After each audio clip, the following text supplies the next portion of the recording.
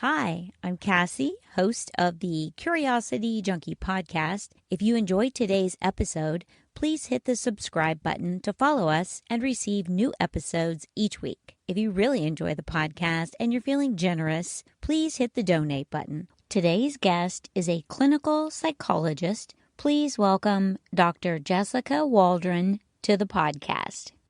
Hi, Jessica. Welcome back to the podcast. Thank you. Good to be back. Yes, I'm excited. We are going to be talking about attachment styles today. And for those who are out there and have no idea what that is, you're going to learn so much. I'm excited to share this. So let's start with that, Jessica. What are attachment styles? Yeah, it's a simple and complex question. Well, like most things in the area of human psyche. So attachment styles kind of boiled down is a habitual pattern of relating to others, specifically like close or significant others. We're talking about those really significant relationships in our life, like a parent or a romantic partner, spouse, maybe a best friend, particularly around like the adolescent years when that's like, such a big part of your life. And mostly we're talking about how one responds relationally in these relationships around points of connection and disconnection. So as we talk more, it'll make more sense as I give examples. But basically, what do we do when we start to feel insecure or disconnected, or that sense of closeness or trust or safety with a partner feels threatened at all? So as a child, again, we'll talk more about the attachment styles develop really early on, like right out the gate or right out the womb, I should say. Okay, I wondered about that.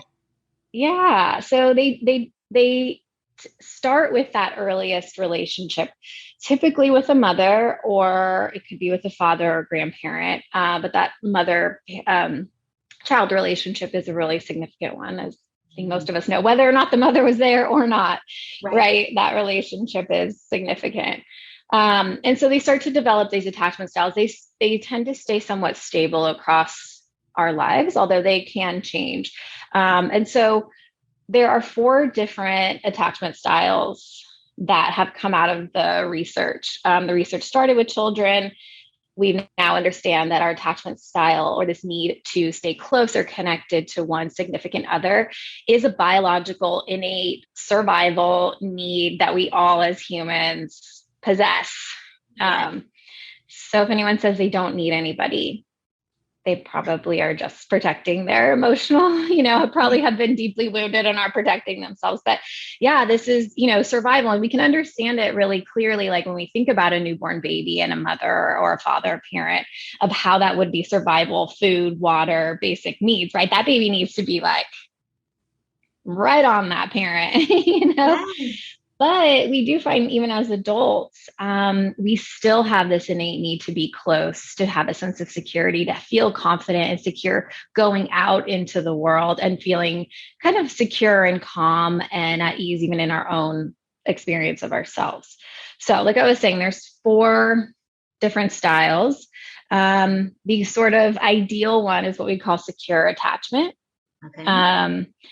And that is basically that your attachment person or figure, we'll call them, was available to you, right? So as a child, you cried, that person showed up and soothed you, whether that was a cry for food, a cry for comfort, a cry out of being scared. They were attuned to your needs and they met them. That's super regulating for a child. Right. And they develop this kind of calm sense of self.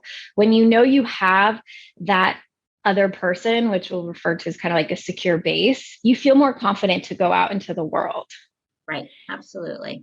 Yeah. You feel like, okay, it's very regulating to know that that person is accessible to you and offers reassurance and engagement and is soothing. And so then you're like, your insides feel all regulated and you feel good to go out into the world and be yourself. And you feel like your emotions make sense, because when you have an emotion and then someone is able to attune to it and meet that need and soothe that emotion, you're like, oh, well, it was validated, right? They were like, yeah, that makes sense. You were hungry. So here's some food. And you're like, oh, my emotions make sense. When someone doesn't validate that feeling, though, you start to get this internal confusion of your experience of emotions, because you're like, I'm hungry, but no one's bringing me food. And am I not supposed to be hungry? Is being hungry bad? Why is my needs not important? Like all this complicated stuff starts getting wired in. So the secure attachment is the ideal one. And we, as we go from a child relationship into an adult relationship, again, that's like, I'm in a place of need or vulnerability or pain or hurt. I reach out to my partner. They respond. They're available. They engage with me. It helps regulate me. I feel calm.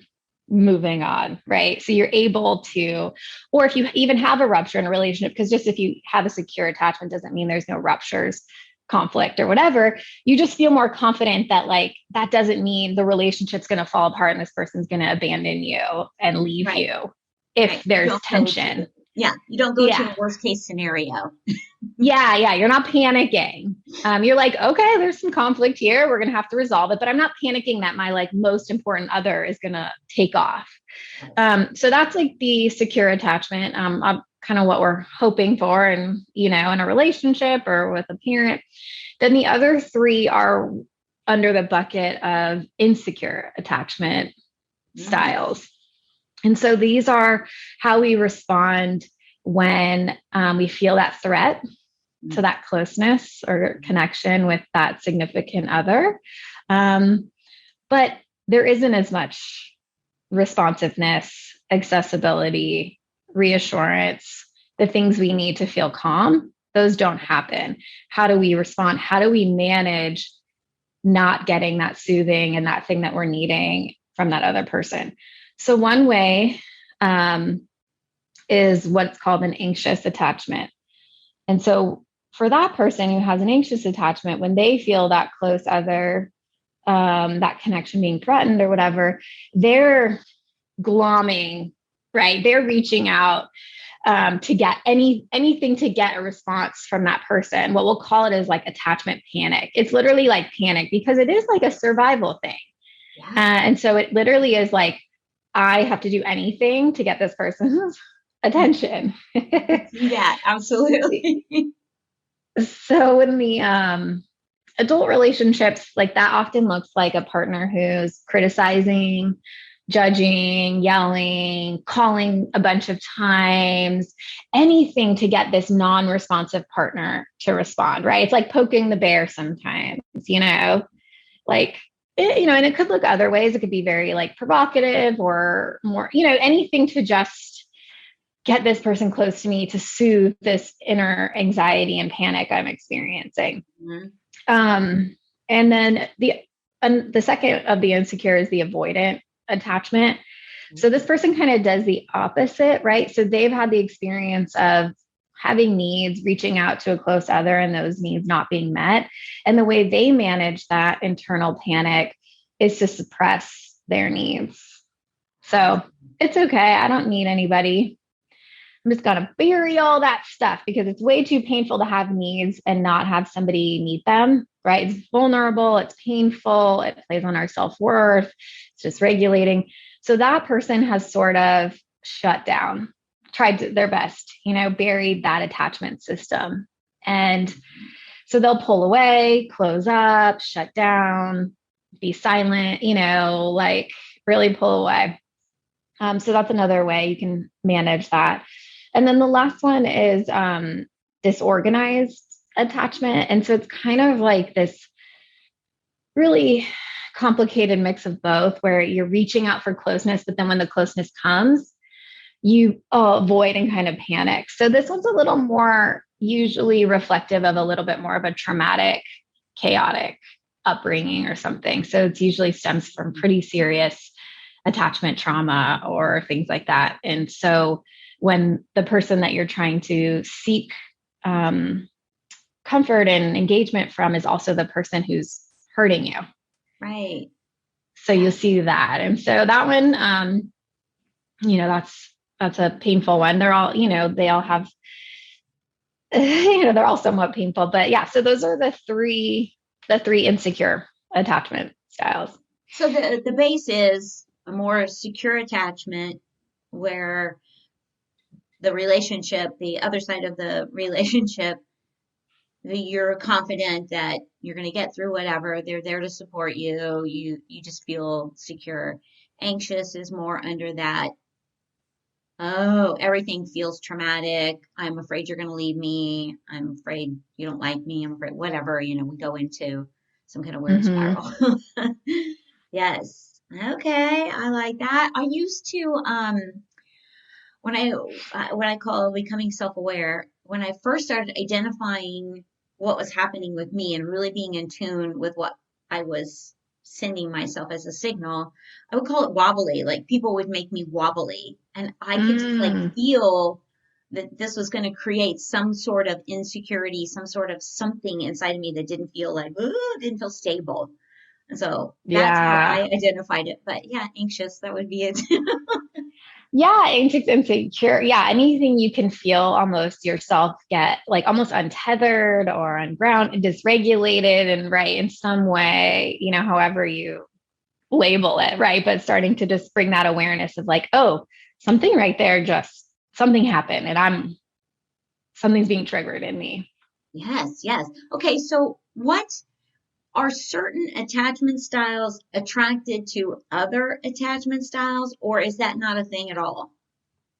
Um, I mean, there does tend to see, we do tend to see, and I see it quite a bit in the couples therapy, is an anxious and an avoidant attachment style together. Those play off of each other quite, Lovely.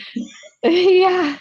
And so let me think about kind of the mechanisms there. I mean, often the way we're thinking about adult relationships, particularly around these insecure attachments, is we're often looking to heal the wound from the problem parent.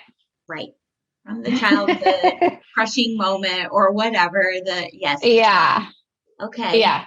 And so we're often drawn towards that as like this subconsciously, like we're not doing it consciously by any means, but to heal that wound or to satisfy that space that we never got from reaching out. So you could see how often an anxious attachment style develops from an avoidant other. Ah, The more they pull away, the more anxious I get, the more anxious I get, the more they pull away, the more it creates this spiral. So often there's like this initial thing that somehow brings these two together.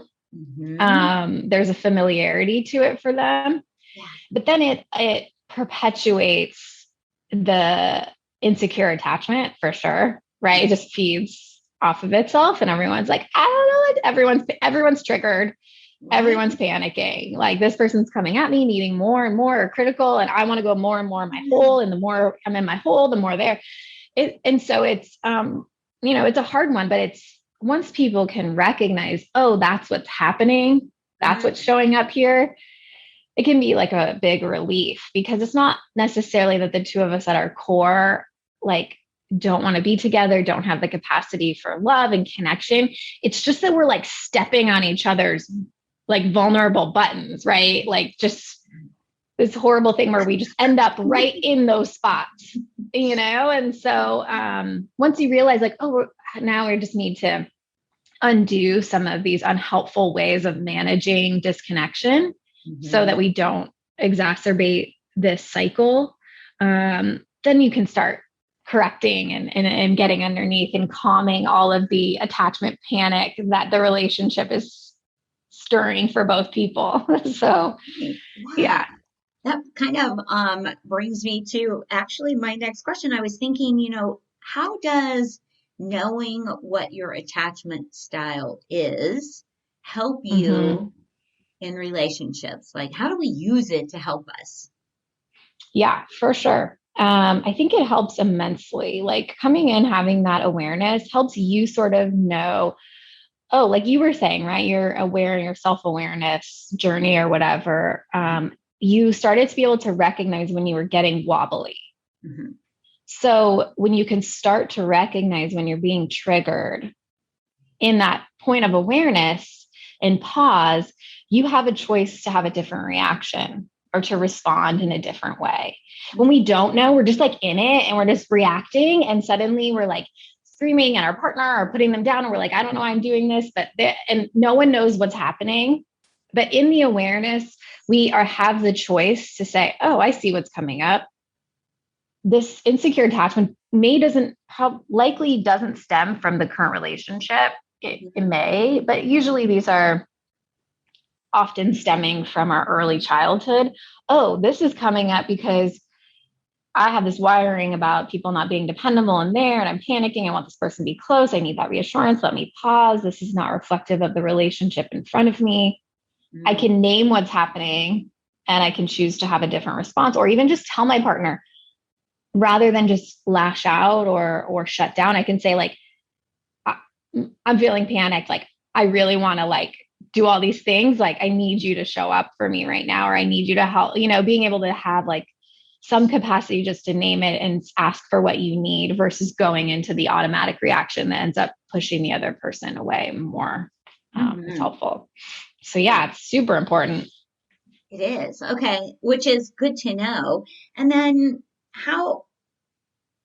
I guess you're going to answer this one because I was going to say, like, how does it affect like all of our relationships? But it's really just the more like parental and the love, the like big loved ones. Because I think about a best friend, you love that person almost like family. So like, would it show up in siblings and all of that too?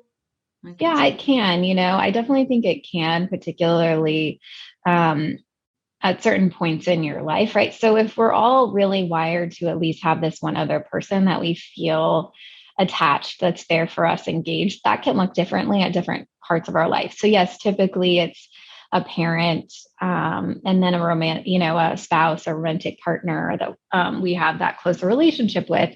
But like I was saying, like adolescence, that could be best friend, because it's not as much about the family. But now the friends become the really important unit. It can for sure be a sister. I've had people where they had really troubled relationships with the parents, and yes, that formed that. But then the sister also became this attachment because now it's just the two of us. Right. We had to kind of write off the parents because it's very obvious that they don't have the capacity. So we're in this together. But then what happens if that person starts pulling away? So I think it can stem to other relationships. But yeah, and you might see little things pop up in other relationships, but you probably won't see the same level of that kind of panic. You might see kind of unhealthy ways of responding in interpersonal relationships around similar things, but probably not the same intensity where that person's like, it's survival mode for them. Right. So here's the question just kind of popped into my head. It's talking about siblings. Let's say, there's 3, 4, 5 siblings. Will they all have the same attachment style based on the parent? Or is it like, when I think about it, like typically there are different relationships, child-parent relationships go on within a family dynamic, not intentionally, not good or bad, but they just kind of happen. So you could have siblings who are avoidant and insecure, like all of it in one family, couldn't you? Yeah, I think so. I mean, different time periods bring out different things in people too. So just using the mother or, primary caregiver, I've had instances where, there's like 3 kids, but, after like this person, the mom really suffered with postpartum depression. Okay. She may not have had that with the other 2. So she was very unable to show up emotionally and engage, and so different things can happen. Sometimes that relationship with the oldest kid and the parent can be, it's a new coming into parenthood. It's stirring up all of this stuff. They're not able to handle it. It's overwhelming. Or the opposite, super close. And then when the other kids come along, they're not available. Or, later on, kids also have other options. They have older siblings to feel secure with. They have, so I could stir in there's a lot of different factors of why one parent, you have kids, right? Yes. Yeah. I have 2. It's like they're different. Right. Like, so because of one's maybe own personal history or own comfort or own attachment, they might attach easier to one baby than the other.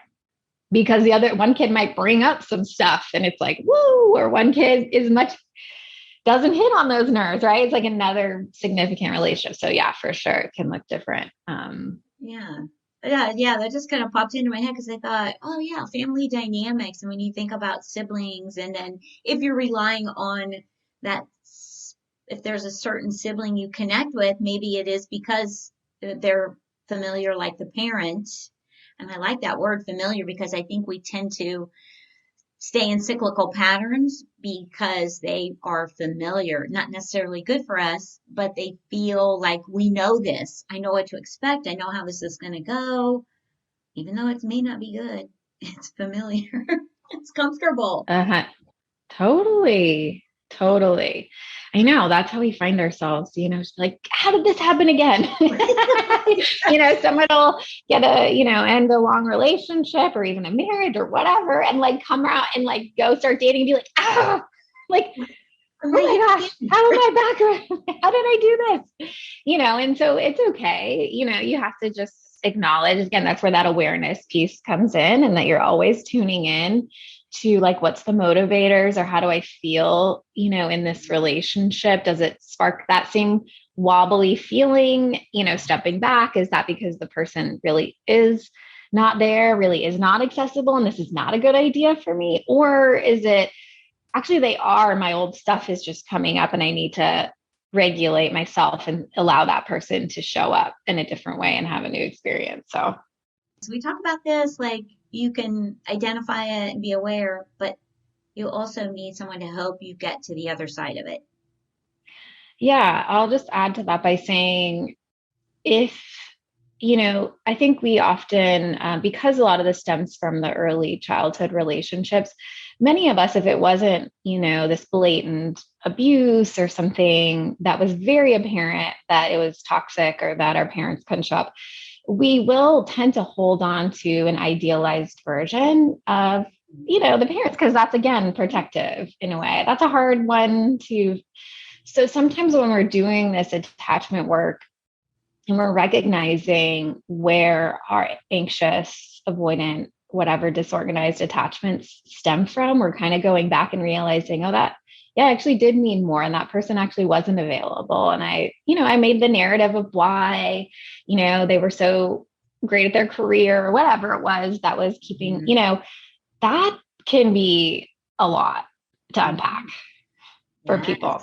That can be very dysregulating, a kind of getting a new understanding of, actually, there was a child there that needed more, that didn't get it. And recognizing that and feeling that pain or that grief for your own self as a child of what you might have not gotten, and it still doesn't mean your childhood was horrible or your parents were horrible. Like, no, but just even realizing, oh, I was lonely, or I cried alone in my room a lot, or I suppressed a lot of things I needed just so that I could be valued, because being calm and cool and whatever was valued in my family, and being emotional wasn't, whatever it was. So yeah, I would say sometimes doing that can bring up some hard stuff for people that they haven't thought of before, and therapy can be helpful in making some space to process stuff. And I think therapy is particularly helpful if you found yourself in a dynamic where you have two people with insecure attachment styles that are playing off of each other, because that is hard to do on your own. Oh gosh.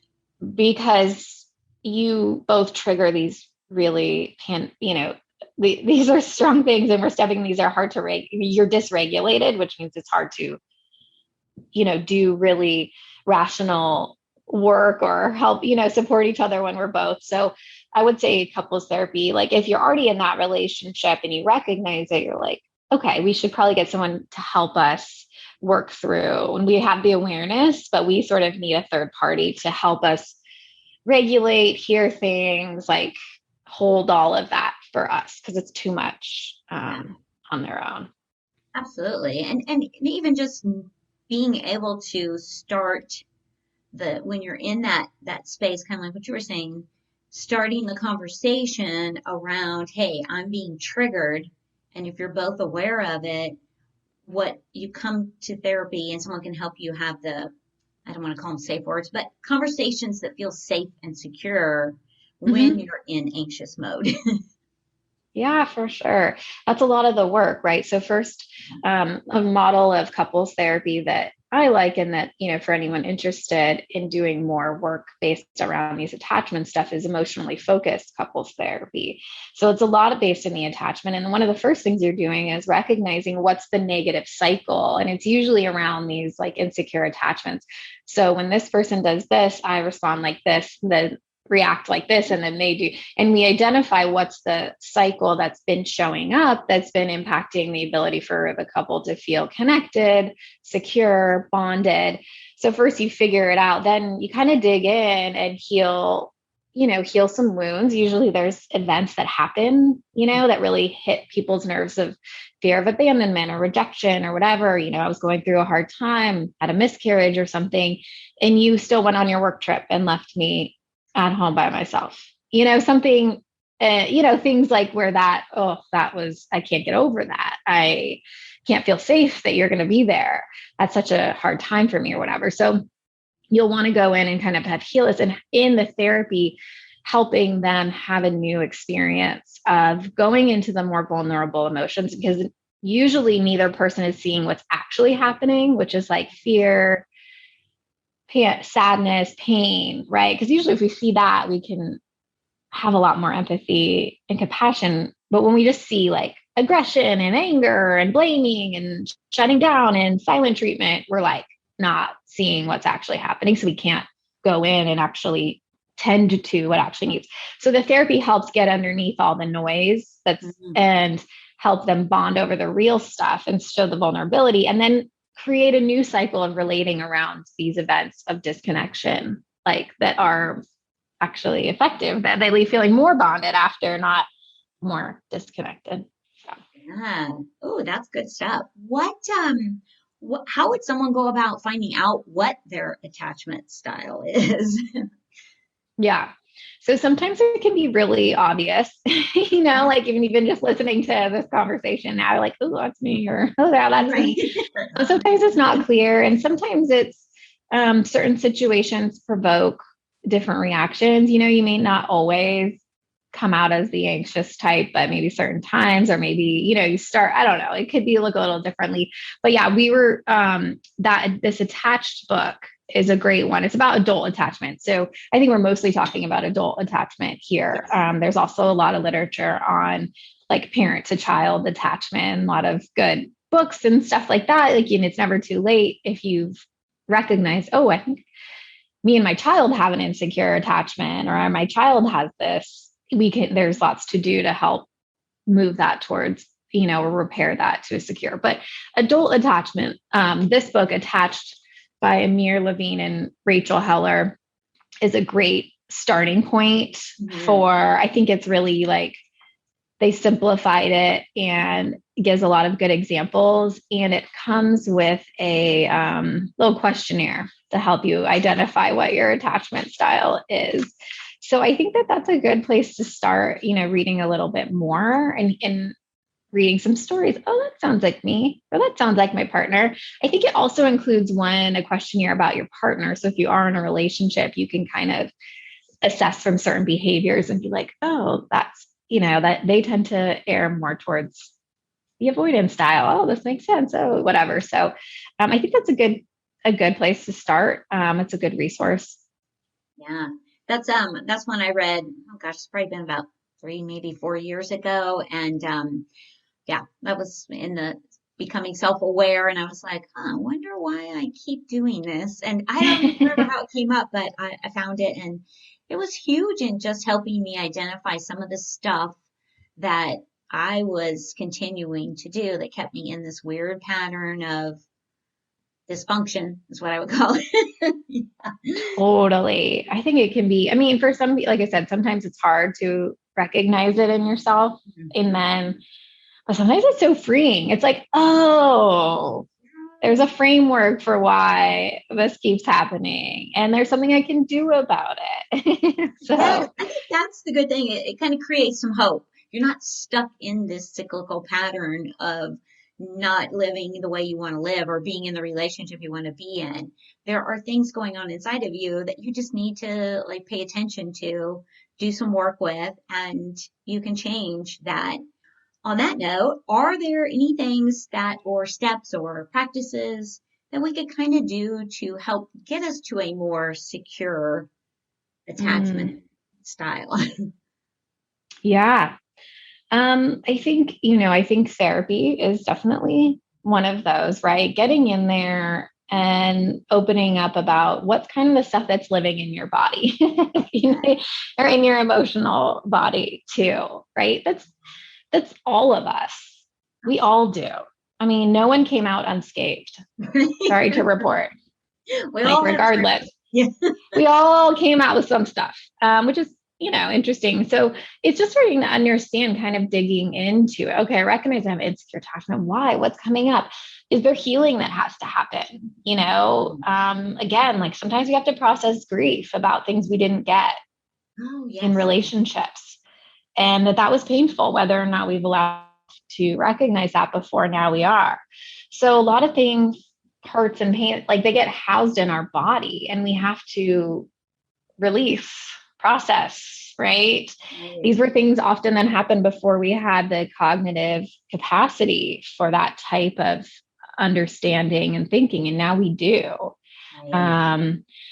So I would say also learning how to emotionally regulate, right? So you're not the child anymore. It's time to recognize what comes up for you, but also to really start to develop more emotionally, right? So building a sense of self, a sense of security within, asserting your needs, having emotional awareness, like this is coming up for me, I feel wobbly, whatever it is, taking responsibility.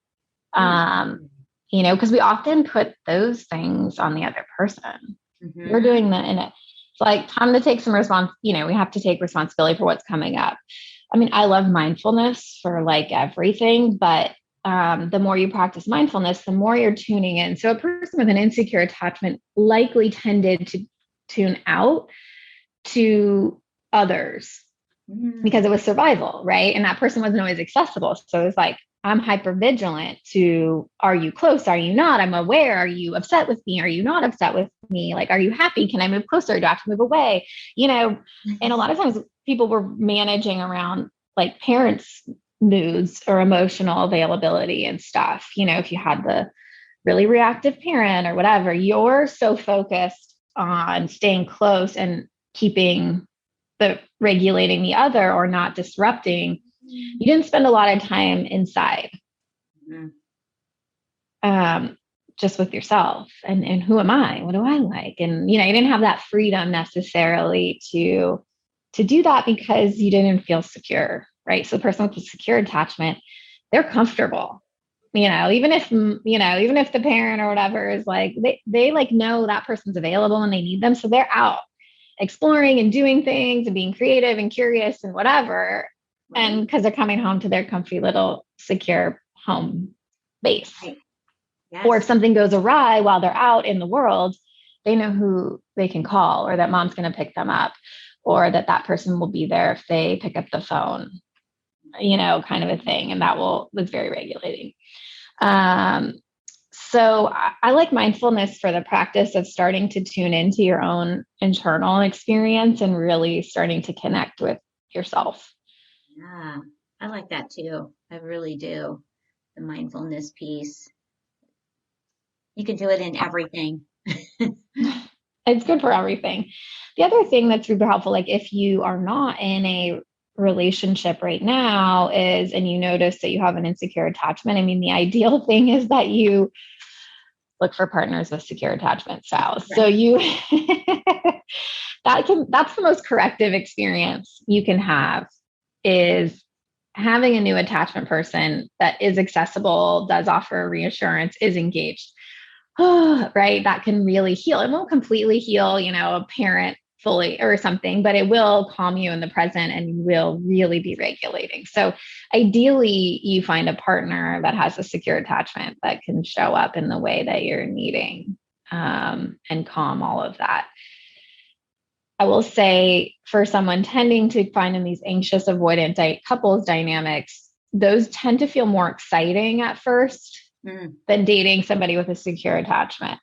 Not that that person's not attractive and fun. It's just the ingredients create a lot more, I don't know how they get like ruffling and excitement, and are they in insecurity, which insecurity at first is exciting, and you're thinking about it all the time. Like a lot of times if you are dating in a more securely attached person, it's like doesn't have that same like, I can't stop, I can't sleep, I can't eat, I get thinking about this person. Don't run away from those too soon. Right. Now it's hilarious because as you're talking, I'm like, oh my God, I totally identify, and I'm sure the listening audience can too, because we've all been there. And I will say that when you do come to that secure relationship, when you find it, it is a completely different feel.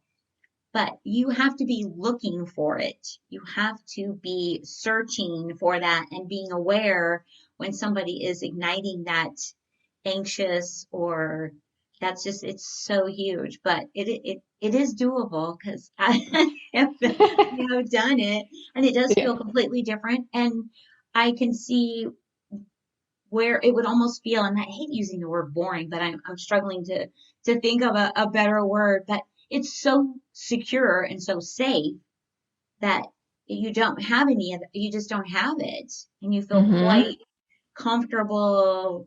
You trust 100%. I'm just going to say it's almost kind of weird because it's not like anything you've ever experienced before. And so you kind of I kind of was like questioning it, like, well, this is weird. Like, is this right? Is this Totally. the anxious wants to come up? Yeah, I totally understand. I had that experience, like, in the earlier dating, of course, you tend to be drawn towards whatever. And so I remember when I first started dating my husband, I was like, I felt so calm and at ease with him, like in my core and in my gut. And my head was just like, I don't know, like he's just too happy. Like he's too happy. Like, it's just like all this noise. Yes. And I was so grateful that I allowed the part of me that felt good to just keep going and just kind of listen to the noise, and would kind of get a little twisted, but then like didn't, because I was like, okay. And then you get to that point where like, oh, this is what this is. Yeah. Thank God, just like, thank you, whoever like let me stay to learn, what that was like and why that's so wonderful, because it can be easy, right, to write it off, or, to get pulled in, because like we were talking about earlier about familiar and unfamiliar. It's unfamiliar if you have the history of, other types of relationships. Yeah. So. And I think too, our mind tends to want to protect us. And it's saying, hey, this doesn't feel familiar. We need this because we know it. And that's why the stuff starts coming up, and we brain chatter. I know. Which another reason why I love mindfulness. Yes. Just to calm everything down, and also to help you tune into other parts of your experience. Because if we're just thinking that our thoughts are what guides us, it's going to be confusing because we can basically think anything. So that's why people end up in circles thinking, well, I think it's like all of the real information is housed elsewhere from this overdeveloped brain, right? Emotions, what our body is telling us, so much information there. So mindfulness also just helps broaden that, where we are able to tune in to a lot more than just the thinking part, which is so annoying sometimes, our brains. At least mine is.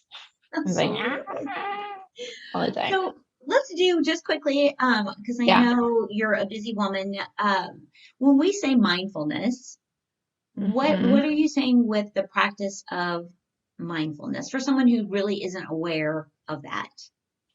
Yeah. So, I mean, mindfulness can look a lot of different ways. There is like formal mindfulness, which is a lot of what people think about with meditating, and it can, meditation. So you're sitting down, you're closing out all of the noise, you're likely closing your eyes. A lot of people like to use many of the apps that will guide you through a mindfulness or meditation exercise, anywhere from 5-10 minutes to people meditate for hours, but, most people are in the 5 to 30 minute range, I would say. Yeah, 5, great. I started at 3. I remember thinking that was so hard to sit for 3 minutes. It just makes me laugh now. But yeah, so what it is gearing you to do is kind of like what I was just talking about, is it allows you, often our minds, right, they're in the past, they're in the future. Both of those past thinking can sometimes lead us to feel more depressed, right? Even if it was a positive event, then we're no longer have it, or things didn't go well, we regret. Future tends to lead us to feel a little more anxious. We're worried what's going to happen. What we find in the research is if we are able to build more of a muscle to bring our awareness and attention into the present moment, we're much happier, even if the present moment isn't great. Like, even if you're going through a hard time, being more in the present moment, you will feel better than if you are like in all the other wherever places that we go. So what a lot of the exercises do, and it's common to like cue you into your breathing. So you're just, your mind will wander and you come back to noticing the sensation of breathing. Your mind wanders, right? Or physical sensations or body scan where you're kind of moving through your body. And there's all sorts of exercises. And some are more like visual exercises, which take you kind of out of your body. Like the ones I was kind of talking about is taking you in your experience, just in that moment. What does the air in the room feel like on your skin? What does it feel like where your fingertips are touching the tops of your thighs? What do you notice? Very kind of just with yourself. We find that can calm the mind and also just tune you into other things that are going on in your body. Then there's like less formal mindfulness, which is like mindful walking, mindful. But I like, when I'm talking about, usually talking about people sitting down and practicing more formal, especially if it's unfamiliar to you, to build up that, what we call it, like a muscle, like a mind muscle. Yes. Yeah. No, and that's, I think of the meditation and the kind of coming back to right here now and thinking about the breath going through the nose and, just staying right here. Yeah. When we were talking earlier about creating that space to respond, like rather than react, that's kind of what mindfulness helps you do. Oh, I'm noticing that I'm being triggered, right? My partner's out of town, or they left and they didn't come up and give me a kiss goodbye. And I notice, oh, that's bringing up that stuff for me, right? When we build that muscle to be more in tune, we can pause for a second. And when we can pause, we can respond how we choose. Yes. Instead of reacting. Right. Which may not get us where we want to go. So having the opportunity, maybe we will still react the same, but at least we chose. Right. At least we had a sense of just, autonomy or control in that. I still may not do the best thing because, we're not perfect. And sometimes we just don't want to do the right thing. Right. And that's the other piece, is we are human. So even when we're aware, it's still, sometimes it works, sometimes it doesn't. Yeah. So I have plenty of people who are like, I know I should have done that different, but I just really didn't want to, and I can relate. It's like, I can know exactly what I'm doing and know it's like so not what I should be doing, but I'm just making that choice right now. So whatever. Yeah. But at least we made a choice. At least we had awareness. That's right. It's an awareness, and you chose. You didn't just like let stuff happen. Yeah. Well, in that, you're taking responsibility to that your partner is not going to respond the way you want them to respond. That was your choice. Because you chose to engage in the less effective behavior, which isn't going to get you what you want. So you can't go pouting when you don't get what you want, because that that's not going to get you where you want. But you wanted to have your little externalizing moment, then fine. Or you wanted to go in your hole, fine. But don't expect your partner to show up the way you really need them in that moment, anyways. if you chose that path, they're not going to choose another. Right. Yeah. Well, Jessica, as always, I love talking with you. I know you need to get on with your day and your practice. What are some ways people can connect with you? I always love people to be able to connect. I follow you on Instagram. Great stuff. Thank you for putting it out there. Yeah. So I have Instagram. It's just Dr. Jessica Waldron, or at Dr. Jessica Waldron. My website is the same thing, jessicawaldron.com.